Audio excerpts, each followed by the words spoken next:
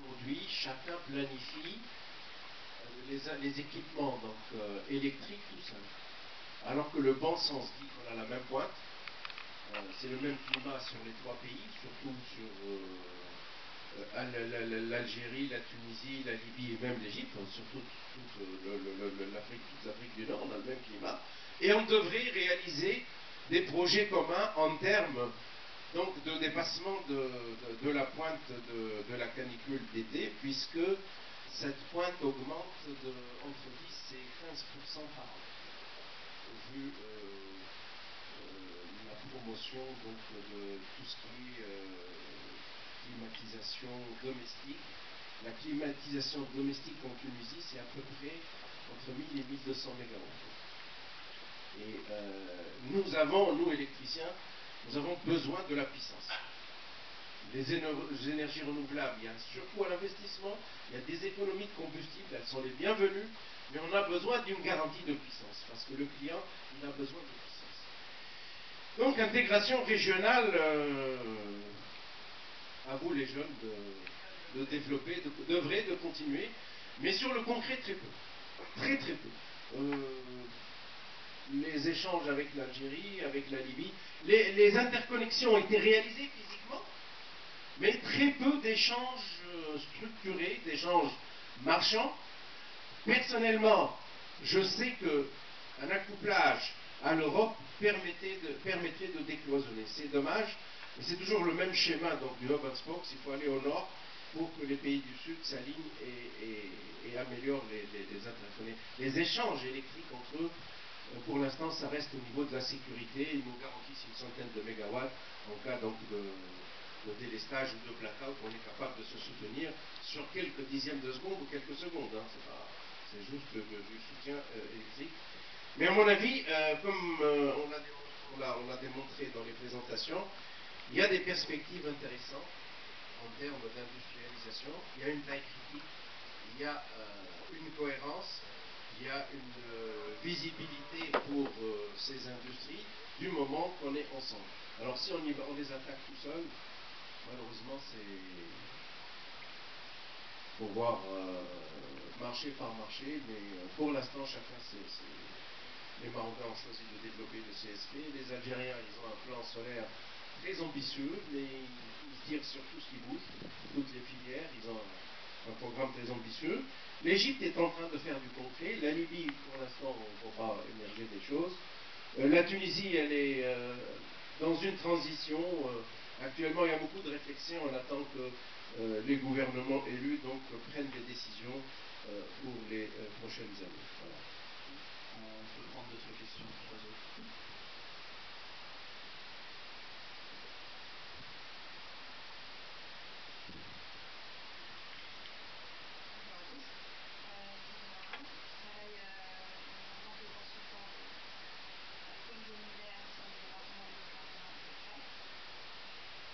J'ai une question on a traité le problème de l'industrialisation de l'énergie renouvelable en Tunisie sous l'angle des complémentaires.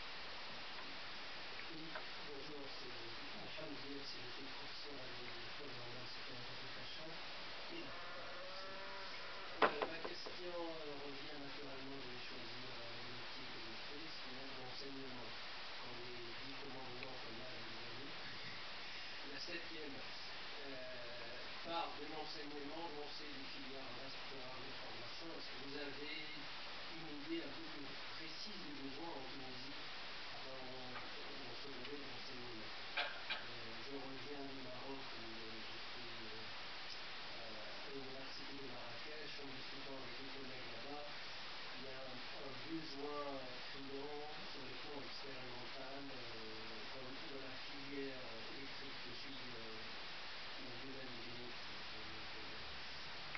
Est-ce qu'en Tunisie, quand on lancerait cette formation-là, pour vous, elle se situe sur le plan modélisation expérimentale? Est-ce que c'est une formation continue qu'on ferait aux agents des STEG? Est-ce que c'est au niveau ingénieur, technicien? Est-ce que vous avez une idée un peu plus précise sur ce domaine? Merci. Une dernière question. Bonjour, je m'appelle Walid Ahmed. Je travaille dans le domaine automobile, conception de moteurs électriques. J'aimerais revenir sur la question de l'intégration à l'échelle du Maghreb, voire au-delà. Donc je fais partie d'un groupe automobile qui travaille, qui a plusieurs marques et qui travaille avec d'autres groupes automobiles. Et je sais que l'intégration, la mise en synergie est extrêmement difficile. Donc, mais la question a été abordée par le bout le plus simple qui est la communalisation des achats. Là, c'est du concret. L'économie d'échelle, elle est immédiate. Est-ce que ça ne pourrait pas une piste à l'échelle du Maghreb? Vous avez évoqué qu'en termes de cahier de charge, des pièces achetées, par exemple, dans le domaine de la STEC, mais ça s'applique à n'importe quel autre domaine. Toute cette région ne pourrait pas communaliser ses achats déjà, comme première étape. Là, c'est du concret. C'est pas très difficile à expliquer aux gens quand on achète seul un composant, ça coûtera beaucoup plus cher que si on communalise les achats. Est-ce que j'ai le droit à une deuxième question ou pas? Ok. Là, c'est sans aucune arrière-pensée ni idéologie. J'aimerais savoir pourquoi il sera inéluctable de privatiser la STEG. Est-ce que le domaine est déficitaire et donc la STEG veut se désengager de ce domaine-là? Parce que j'ai du mal à comprendre si c'est un domaine porteur et bénéficiaire pouvoir, surtout venant d'un ancien responsable de la STEG, de vouloir privatiser. Merci. Je vais parler de privatisation. J'ai parlé de libéralisation du secteur électrique. La libéralisation du secteur électrique est un facteur, est un adjuvant à une meilleure pénétration du secteur privé. Et le secteur privé apporte une certaine efficacité. Donc je vous donne le déficit de la STEG. La STEG cumule un déficit de 2,9 milliards de dinars. 2,9 milliards de dinars parce qu'elle vend à perte l'électricité et le gaz naturel. Donc il faut comprendre que n'importe quel gouvernement socialiste, islamiste, extrême droite, c'est insoutenable. Ce déficit est insoutenable et il va falloir trouver une solution. La STEC cumule aujourd'hui le déficit donc, financier qui est lié au prix du gaz. 80% du déficit vient du gaz. Les prix du gaz ont augmenté, il y a un fait spike sur le pétrole. Le gaz est indexé sur le fioul lourd et donc la STEC paye le prix de la facture réelle, mais elle n'en répartit que la moitié sur le consommateur. Donc elle a un problème réel. Il appartient au gouvernement aujourd'hui de trouver une solution. Et je pense que le nouveau ministre des Finances, il a parlé de la gouvernance.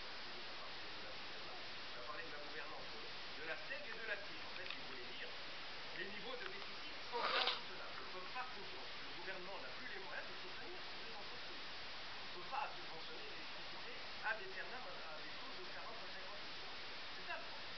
Donc il faut trouver une solution. Il faut trouver une solution de manière à faire des gains en efficacité. Je ne parle pas de la privatisation. Pour moi, la meilleure voie pour la STEC, c'est un partenariat public-privé. C'est ce que j'évoquais tout à l'heure en réponse à la question en disant faisons du partenariat, sachant mettre sur la table ce que nous savons faire, réaliser des projets à moindre coût, exploiter au meilleur prix, apporter un savoir-faire. Là, on sait le faire. Et on est capable de partager cela. Est-ce que l'État, le gouvernement peut aujourd'hui continuer à soutenir la STEC? Vous savez que la pointe augmente de 10%, ce qui veut dire que tous les 2 ans, la STEC doit réaliser une centrale cycle combiné de 450 MW qui coûte entre 600 et 650 millions de dinars. Est-ce que l'État a les moyens de continuer? Alors, on on a sécurisé ce qu'on appelle le 12e plan, jusqu'en 2016, je crois. Au-delà, on ne voit pas. Ni la STEC, ni le gouvernement, on ne voit pas. L'État n'a pas les moyens de dire je vais continuer à mettre un financement public pour la compagnie de production d'électricité. Et comme l'État est obligé aujourd'hui d'aller se faire refinancer auprès des institutions internationales, donc suivez mon regard, elles ne vont pas se laisser rater l'occasion de dire il va falloir trouver une solution. La solution, c'est la production indépendante d'électricité. C'est de faire un IPP, comme cela, on avait réalisé déjà une centrale IPP en 2000, je crois, en 2000, avec les Américains. C'est un projet qui continue. Mais la STEC était très réticente. Donc il y a un problème, et il faut que les partenaires sociaux et la population comprennent que c'est un enjeu, à mon avis, majeur pour la survie d'entreprise. Et comme dans tout écosystème, il faut que même la STEC s'adapte ou disparaisse dans sa forme actuelle.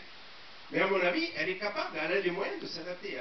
Elle est capable, la STEC vend ses services aujourd'hui en Afrique et au Moyen-Orient. Elle a la filiale STEC International Service qui est florissante. Elle gagne beaucoup d'argent.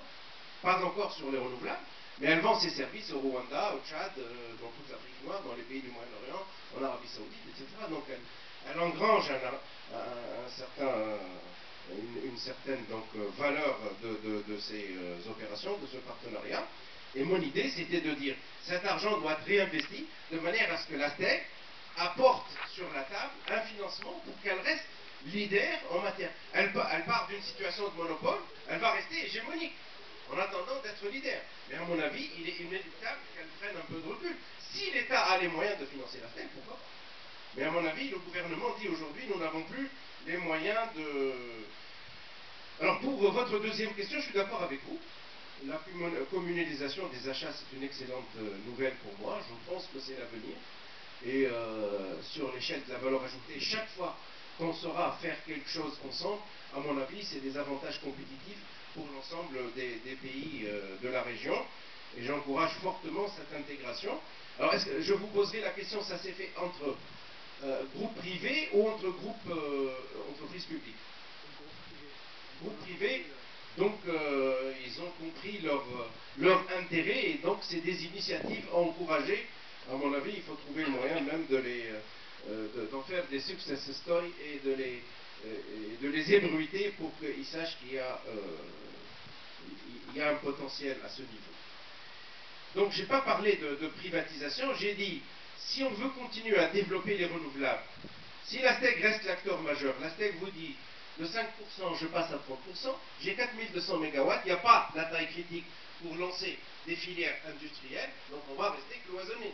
Mon idée, c'est de dire, il faut s'ouvrir au monde. Pour s'ouvrir, l'idée que j'avance, c'est s'accouper à l'Europe, c'est une liaison entre la Tunisie et l'Italie, une liaison électrique, et la STEC et son partenaire italien, donc Terna, ont travaillé sur une liaison électrique sur le détroit de Sicile.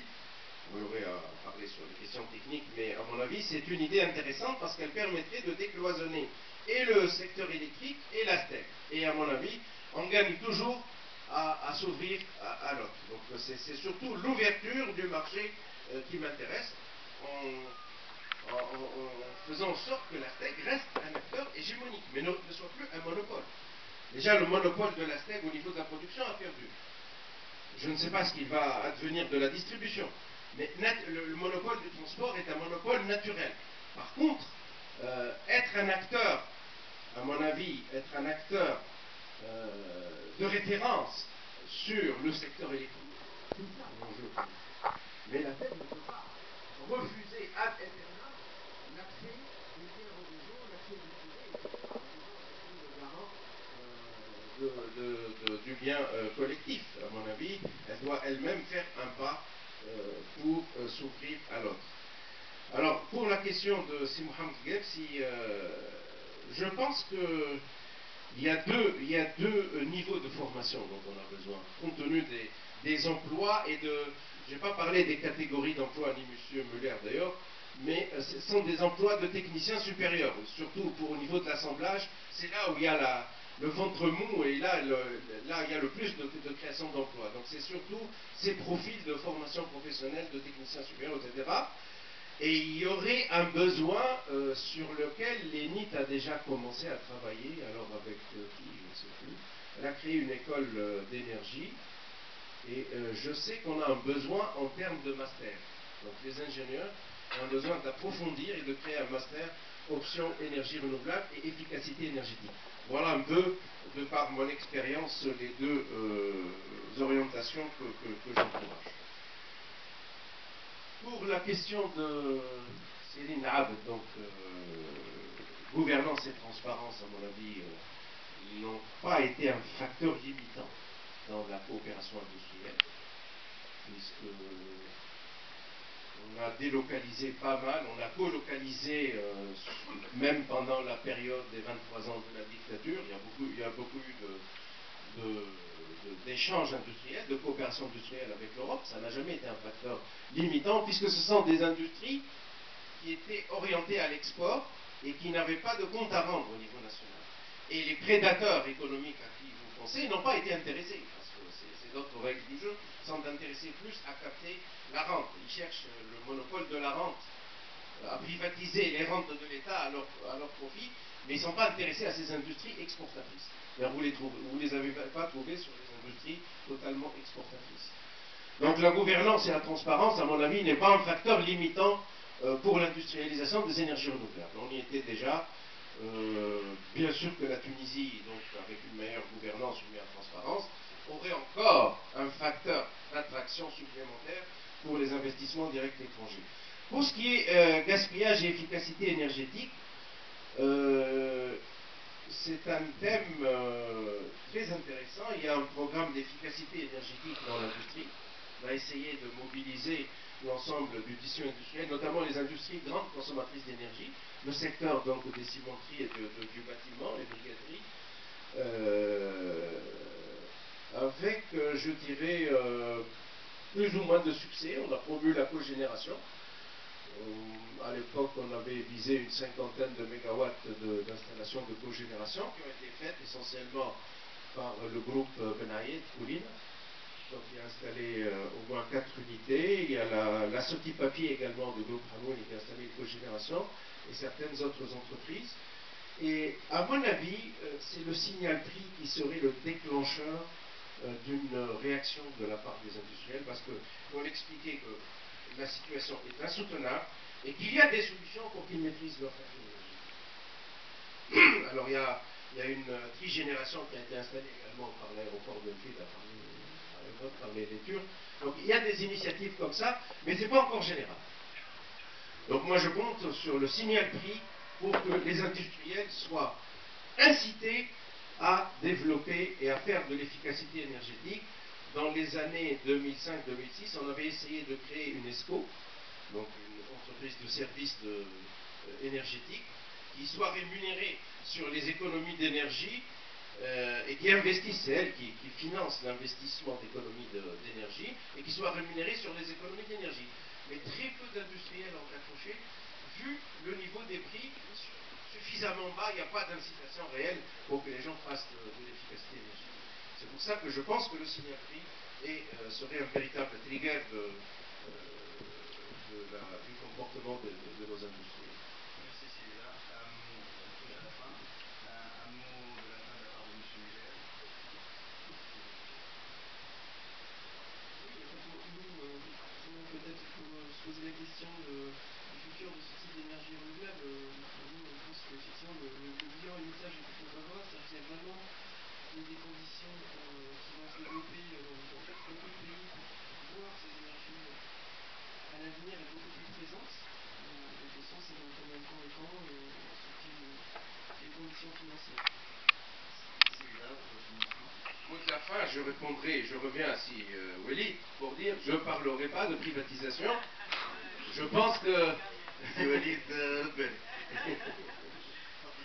j'ai déjà suffisamment porté le fardeau pour ne pas être accusé encore d'être... J'ai toujours été opposé à la privatisation. Par contre, je suis réaliste, je compose. Je dis, il appartient à la STEC de composer avec les contraintes du marché Elle a suffisamment d'atouts pour s'ouvrir et rester l'acteur. Elle n'avait pas besoin d'être le monopole pour rester l'acteur de référence. Donc mon idée, c'est qu'elle se repositionne, elle fait preuve de bonne volonté, parce que je ne vous dis pas le nombre de sollicitations que la STEG et le gouvernement tunisien ont en termes d'ouverture du marché et d'investissement dans les énergies renouvelables. Et il ne faut pas que la STEG soit un facteur bloquant, parce que vous voyez que c'est générateur de savoir-faire, de création d'emplois et d'intégration industrielle, et donc de valeur ajoutée économique pour la nation. Donc la STEG doit jouer le rôle, elle doit s'ouvrir, tout en préservant son arrière-carré. Merci. Ça me permet de la fin et de résumer finalement ce qui s'est dit globalement durant cette conférence. Personnellement, je vois deux freins majeurs par rapport au développement, au vrai développement d'une filière complète au sein de la Tunisie des énergies renouvelables. Le premier frein, qui est plutôt court terme, c'est au niveau des réglementations et des lois qui doivent être promulguées pour la libéralisation du marché de l'électricité et permettre... Disons l'ouverture. Voilà. Ok, l'ouverture, c'est mieux que la libéralisation. L'ouverture du réseau électrique pour les privés et pour des acteurs différents que ceux qui existent aujourd'hui, et notamment la STEG. Et le deuxième frein, qui est plutôt long terme, qui a été évoqué avec Camille, c'est l'ouverture, c'est l'intégration horizontale avec les pays du Maghreb ou avec l'Europe, qui permettrait de créer la taille critique du marché et qui permettrait d'augmenter substantiellement pour ce marché-là la capacité installée, les perspectives de capacité installée.